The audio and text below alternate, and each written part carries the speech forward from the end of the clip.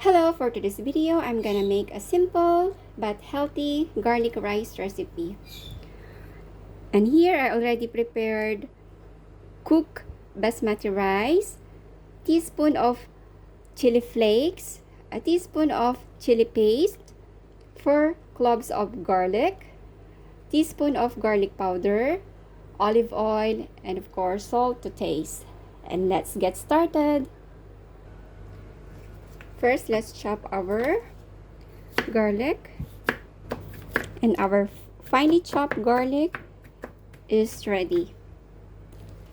Set aside.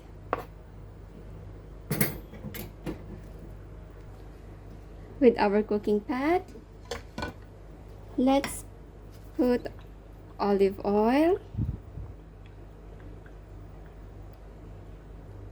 Once the oil already hot, let's fry our garlic.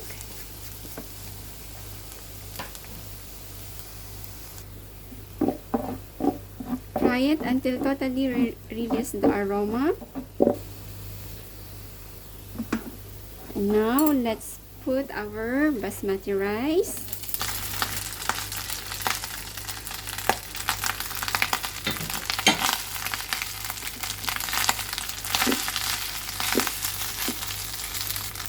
Let's add our seasoning. Let's add our garlic powder, our chili flakes, and chili paste.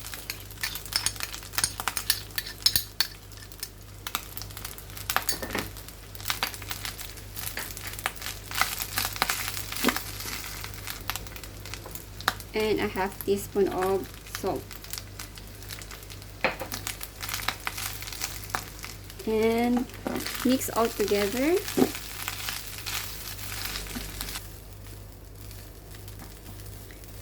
And our simple but healthy garlic rice recipe is ready to serve.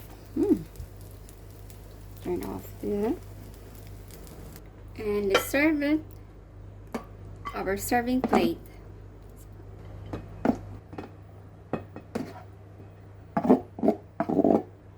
And our simple but healthy garlic rice is ready to serve.